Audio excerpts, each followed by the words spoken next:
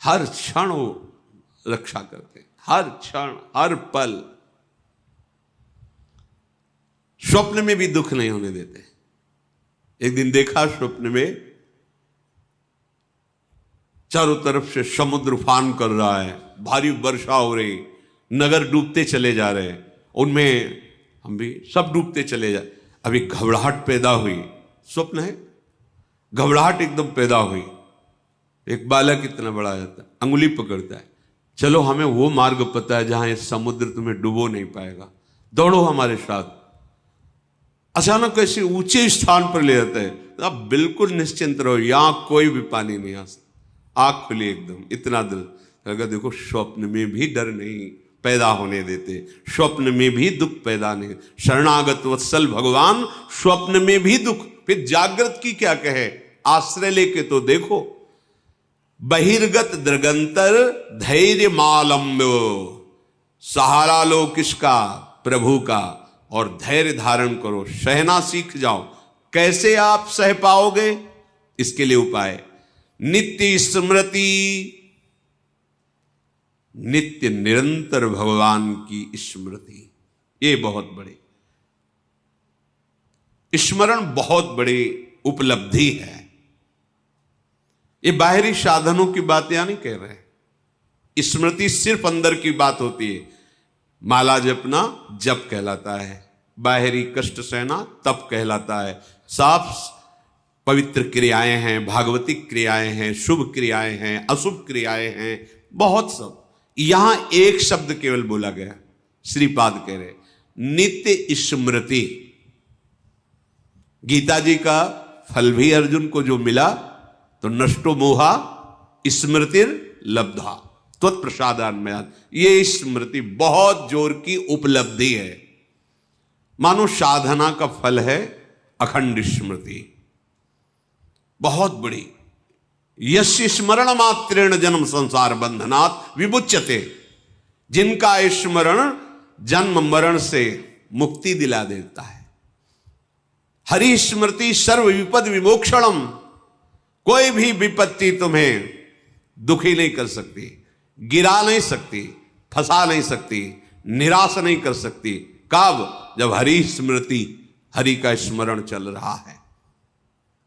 और अगर हरि का स्मरण नहीं, तो कोई भी संपत्ति तुम्हें सुखी नहीं कर सकती। शंकर सहस विष्णु अज तो ही, सकहि न राख राम कर द्रोही। का हनुमंत विपति प्रभु सोई, जब तो सुमिरन भजन न होई। स्मृति रात दिन अपनी प्यारी जो प्यारे जो के नाम की स्मृति, रूप की स्मृति, लीला गुण की स्मृति, धाम की स्मृति, भगवत प्रेमी महात्माओं की स्मृति। जिनको नाम लेत दुख छूटत, सुख लूटत तिन संगति। जिनको नाम लेत दुख छूटत, सारे विघ्नों का नाश करने में समर्थ है प्रभु और प्रभु के प्रेमी जनों की स्मृति। नित्य स्मृति, इस पर ध्यान दो, यही तुमको सब सामर्थ्य देगी सहने की। हर समय मधुर मधुर स्मृति। नाम कितना मीठा, कितना रसमय, कितना सहज सरल, राधा राधा राधा। देखो जबकि कैसी अनुपम सामर्थ्य आपके हृदय में आती है। और ये केवल भावुकता का निर्णय नहीं है। पूज्य राधा बाबा महाराज ऐसे संत जो शास्त्र के एक अक्षर की भी कभी अवहेलना नहीं, एक अक्षर, पूरा श्लोक या शब्द तो बात जाने दो, शास्त्र प्रमाण से जो अपने जीवन को बांध के रखे, वो महापुरुष। संन्यास से नाम में, नाम जुगल नाम से विश्राम भूमि राधा नाम। जब राधा नाम का परिचय जागृत हुआ तो बाबा सब भूल गए। संन्यास का मंत्र तो कीर्तन से ही रुकने लगा था गीता वाटिका में। भाई जी की कृपा से फिर जुगल नाम, और जुगल नाम की कृपा से राधा नाम, और राधा नाम की कृपा में ऐसे डूब गए, राधा राधा राधा राधा राधा राधा राधा। ऐसे ऐसे परम ज्ञानी महात्मा जो पूज्य श्री जयदयाल जी महाराज जब श्री कृष्ण स्वरूप का वर्णन किए तो उन्होंने कहा कि मेरी रुचि नहीं है। क्यों? ब्रह्म है मुझे पता है, पर ये स्वीकार करके माया को और रूप धारण किए हुए हम तो पर ब्रह्म परमात्मा तत्व की उपासना करते हैं। मुझे एक बार भाई जी से मिलो कभी, हमें किसी से मिलने की आवश्यकता नहीं। संयोग बना तो वही कहां स्थित हो गए, राधा राधा राधा। और भाई जी के प्रति कैसी श्रद्धा कि जैसे अपने प्रेमी जन वृंदावन धाम की निष्ठा ले लेते, प्राण चाहे छूट जाए धाम नहीं छूटेगा, ऐसे उन्होंने भाई जी के शरीर के साथ का क्षेत्र संन्यास लिया। जहां भाई जी का शरीर वहीं राधा बाबा का शरीर, जहां उनकी चिता लगी वहीं टीन छवा के पूरा जीवन व्यतीत किया। राधा राधा राधा। क्या चला जाएगा? जो तुम्हें चाहिए वो सब कुछ आ जाएगा। आप विश्वास करके तो चलो। वृंदारण्य मन्यान अपेक्षा, किसी की अपेक्षा मत रखो।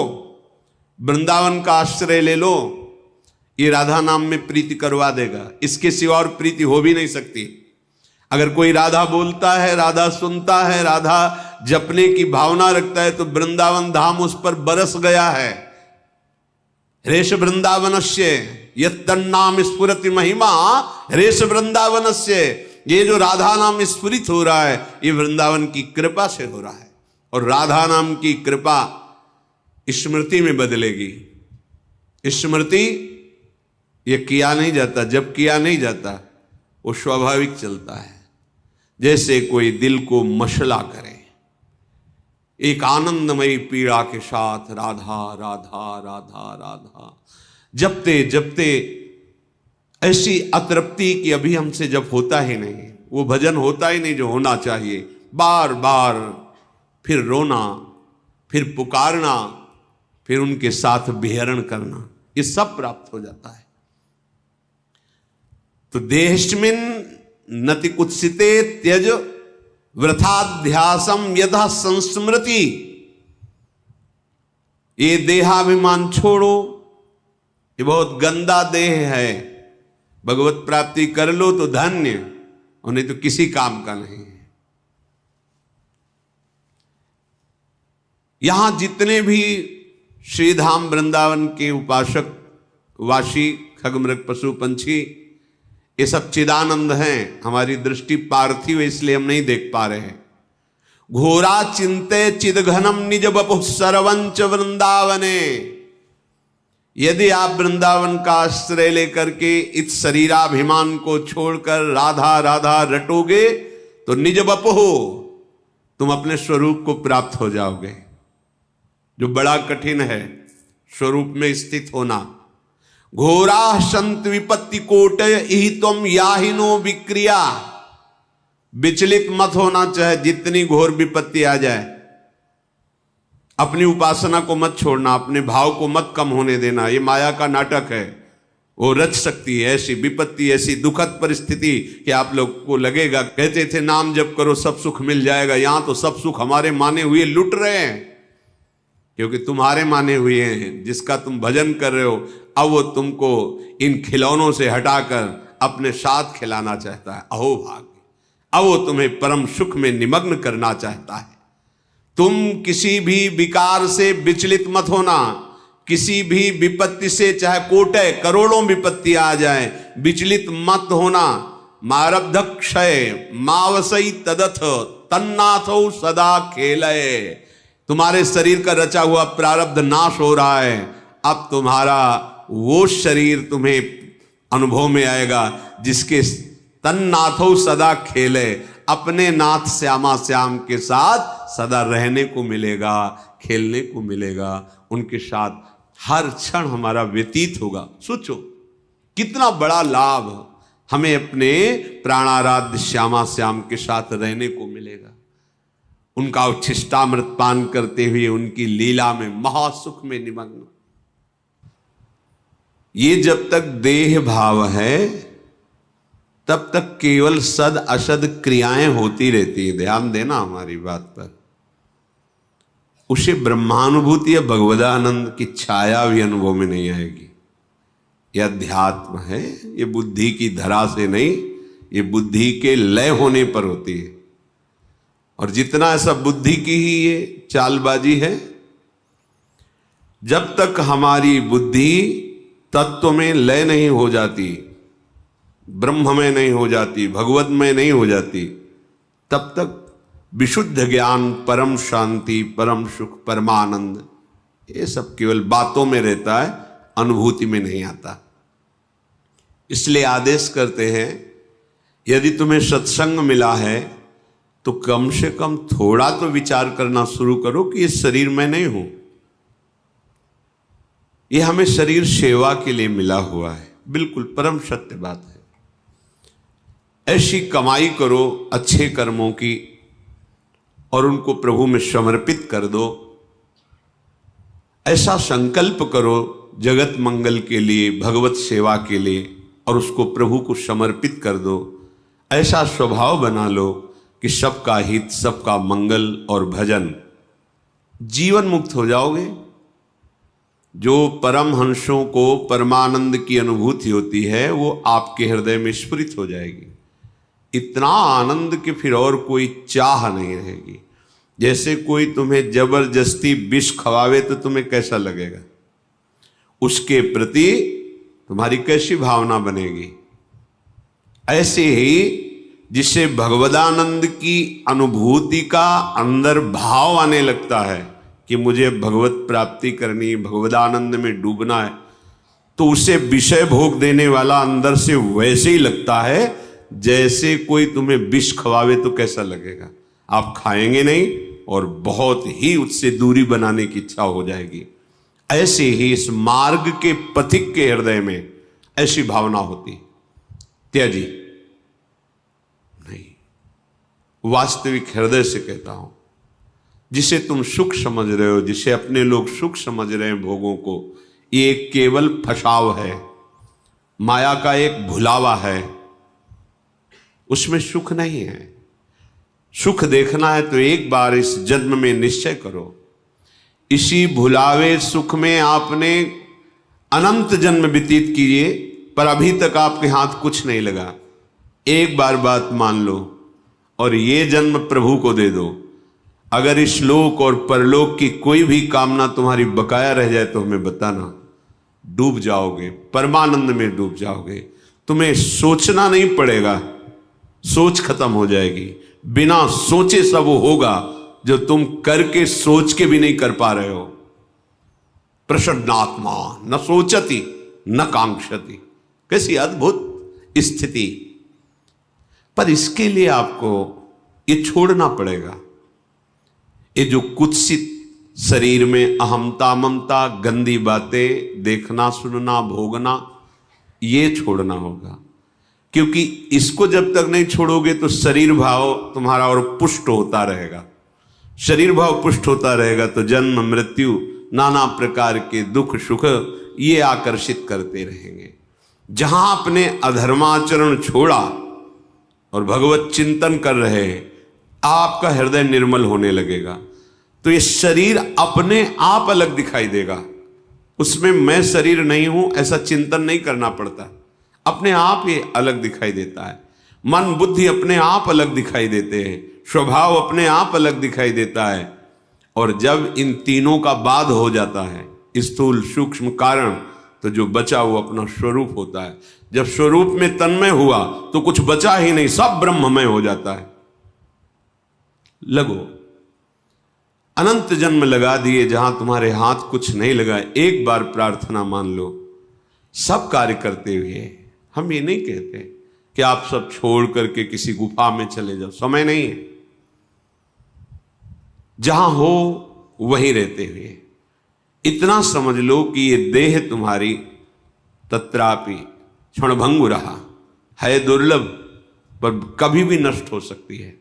किसी भी उपाय से तुम इसे बचा नहीं सकते देह को, इसका नाश अवश्यंभावी है। तो इस देह के छूटते छूटते तुम ऐसी कमाई कर लो कि तुम्हें आगे दुख न देखना पड़े। जो अज्ञानी जन हैं, जिनको सत्संग प्राप्त नहीं है भगवत कृपा से, वो जब भागवतिक बातें सुनते हैं तो उनको विश्वास नहीं होता। क्यों? क्योंकि इतना असत आचरणों में वो लीन है कि ये बात भी उनको समझ में नहीं आती, बर्दाश्त नहीं होता कि इसको छोड़ करके भी कोई सुख है, और जबकि जिसे सुख कहते हैं वो इसके छोड़ने में ही है। त्यागात शांति अनंतरम, सब शांति चाहते पर भोग के, और भगवान कह रहे जिन्होंने रचा है त्यागात शांति अनंतरम, त्याग करते ही शांति का प्रादुर्भाव हो जाता है। वो शांति जो किसी भी स्थिति में विचलित ना कर सके, उसका ज्ञान प्राप्त होता है इस शांति से, और उस ज्ञान से वो अपनी इंद्रियों को, मन को अंतर्मुख कर लेता है। फिर जो उसे स्वरूप बोध होता है, फिर वो परम शांति मचिरेणाधिगच्छति। आप कोई भी द्वंद्व, महाप्रलय भी उसके हृदय में दुख पैदा नहीं कर सकती। ये है सुख जिसका कभी नाश नहीं होता। इसी की प्राप्ति केवल इस मनुष्य शरीर से है और किसी शरीर से नहीं। ये सब तो आप खुद देख लो, पशु पक्षी भोग रहे हैं, पशु पक्षी नींद ले रहे हैं, आहार कर रहे हैं, उनको भी भय है। देखो, उनको भी बाल बच्चा पैदा करने की प्रक्रिया मालूम है, उनकी भी संतानें होती, वो अपने भी संतान से प्यार करते हैं, वो भी मेहनत करके दाना पानी ला के अपने बच्चे का पोषण करते। आप में और उनमें अंतर क्या रह गया? पशुओं में, पक्षियों में और आप में अंतर क्या रह गया, जिसके लिए शास्त्र जय घोष करते, दुर्लभो मानुषो देहो, बड़ा दुर्लभ मनुष्य देह। ये दुर्लभता है कि वो शरीर राग और भोग राग त्याग करके परमात्म चिंतन नहीं कर सकते। आप कर सकते हो, आप परमानंद की अनुभूति कर सकते हो। ये क्षुद्र ओस कणों से प्यास नहीं बुझेगी। एक बार हिम्मत करके इस दलदल से निकलने की चेष्टा करो।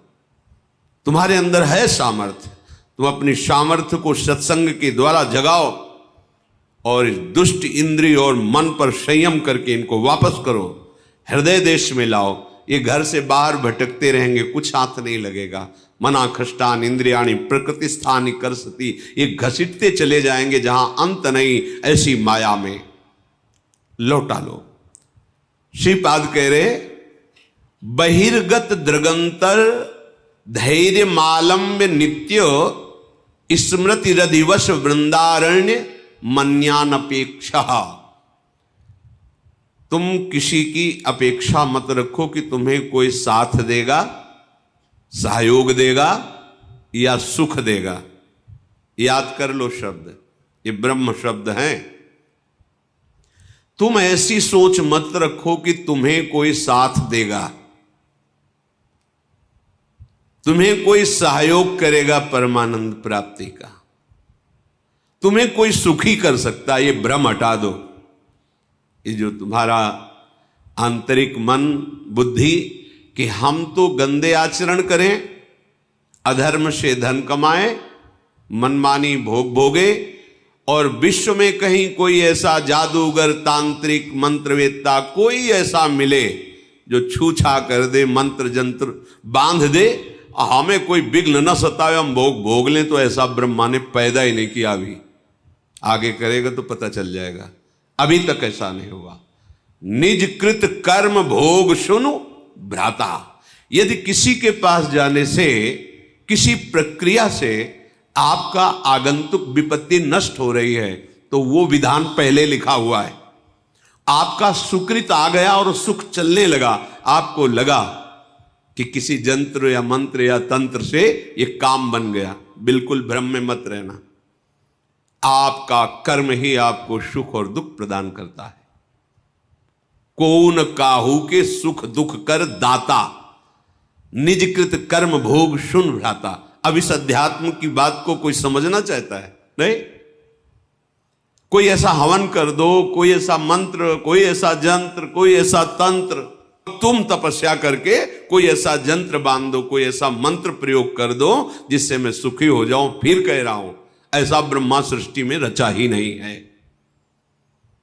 यहां जो रचना है वो भगवान के द्वारा वो कह रहे अवश्यमेव भोक्तव्यम कृतम कर्म शुभाशुभम, तुम्हें भोगना पड़ेगा अपने शुभ अशुभ कर्म।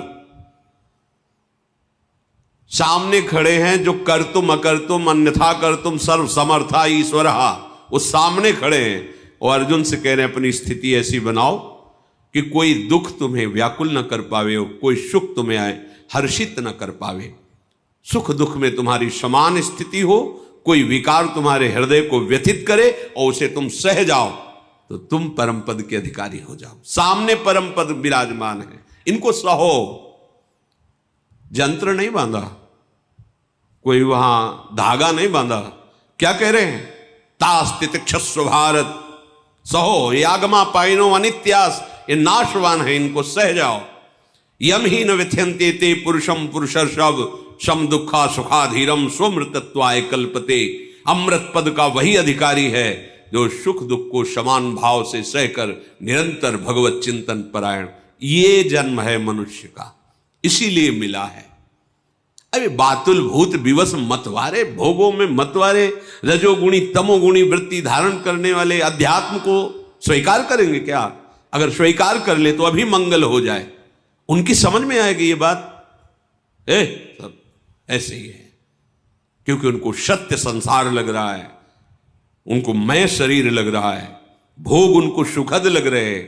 अब उस सुख को प्राप्त करने के लिए धर्म अधर्म कुछ नहीं देखना, बस भोगना है। ऐसे लोग कहीं अध्यात्म की बातों को समझते हैं, अध्यात्म उनके हृदय में कहीं प्रकाशित होता है सामर्थ्य, पर वो स्वीकार नहीं कर सकते। इसलिए बहिर्गत दृगंतर धैर्य मालंब, ये बाहरी दृष्टि छोड़ो, धैर्य पूर्वक चलो। इस मार्ग में या इस जन्म में जो हमें भगवदानंद की प्राप्ति करनी, बहुत हिम्मत वाला बनना है, बहुत सहनशील बनना है, बहुत धैर्यवान बनना है।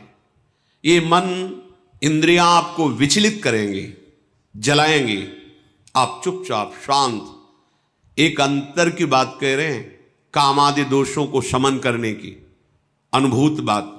आप किसी से कहो मत कि मुझे कोई विकार आ रहा है, मेरी बात मान लेना। यह हम अपने हृदय की बात कहते हैं, किसी से भी मत कहो कि मेरे अंदर विकार आ रहा है। उससे क्या होगा? जब आप किसी से कहते हो, स्वीकार कर लेते हैं कि मेरे अंदर काम बहुत पीड़ा पहुंचा रहा है, तो उसकी सत्ता दृढ़ हो जाती है। ये तुम्हारी समझ में नहीं आएगी बात।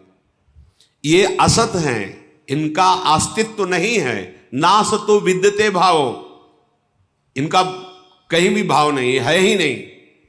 ये तुम्हारी स्वीकृति से, तुम्हारे चिंतन से हैं। अगर आपने कह दिया तो इनकी सत्ता दृढ़ हो जाती है, फिर ये और परेशान करते हैं। ना होने पर भी ये ठूठ का भूत है, शांत। हृदय जल रहा है, हृदय में प्रेरणा हो रही, गंदी दृष्टि करो, गंदी बात देखो, गंदी क्रियाओं में सुख, शांत। ना कोई चेष्टा और ना किसी को समझने दो, अपने आप अंदर ही भस्म हो जाएंगे, क्योंकि आपके हृदय में परम लक्ष्य भगवत प्राप्ति का और नाम जब सत्संग चल रहा है, शांत हो जाएंगे। कभी कभी अशुद्ध भोजन हो जाने पर, रजोगुणी तमोगुणी भोजन हो जाने पर इनकी प्रबलता नजर आती। शांत रहो, देख लो, कुछ ही घंटों में समन हो जाएगा। शांत रहो, ये अनुभव की बातें कह रहे हैं। शांत रहो, कोई चेष्टा मत करो। भजन बने बने लेट जाओ, सो जाओ चुपचाप, कुसंग मत करो। कुछ ही घंटों में अपने आप वो गुण टिकेगा नहीं जो तमोगुण रजोगुण भोग वासना पैदा कर, शांत हो जाएगा। अगर कोई चेष्टा की, अगर कोई बाहरी वृत्ति वस्तु व्यक्ति स्थान का संयोग बनाया, वो संस्कार दृढ़ हो जाएंगे और आपको भोगों में सुख है ऐसा निश्चय हो जाएगा। भारी पतन होना शुरू हो गया। बहिर्गत दृगंतर धैर्य मालंब्य, धैर्य पूर्वक सह जाओ, धैर्य का सहारा लो। कोई तुम्हें सता नहीं सकता, थोड़ा जलन बर्दाश्त करो। दोनों तरफ जलन है, थोड़ी देर। ये मध्य में खड़े, इधर परमार्थ है अध्यात्म, इधर है मायामय मार्ग। इसमें प्रारंभ से लेके अंत तक जलन बढ़ती चली जाएगी माया में भोग वासना। और ये परमार्थ मार्ग, इसमें थोड़ी दूर तक बहुत जलन है। क्यों? क्योंकि पूर्वाभ्यास भोगों के भोगने में सुख है, ऐसा हमने क्रियाएं की है, ऐसा हमने चिंतन किया है, ऐसी हमने सोच बैठा रखी। अब वो जब उधर की तरफ से रोका जाता है तो जलन पैदा करते हैं। उस जलन को सह जाना ही तपस्या कहते हैं, ताप को सहना तप कहते हैं। अपने संयम नियम पूर्वक भगवत मार्ग को पुष्ट करने के लिए जो जलन प्राप्त होती है उसे सह जाना, वो महात्मा हो जाता है।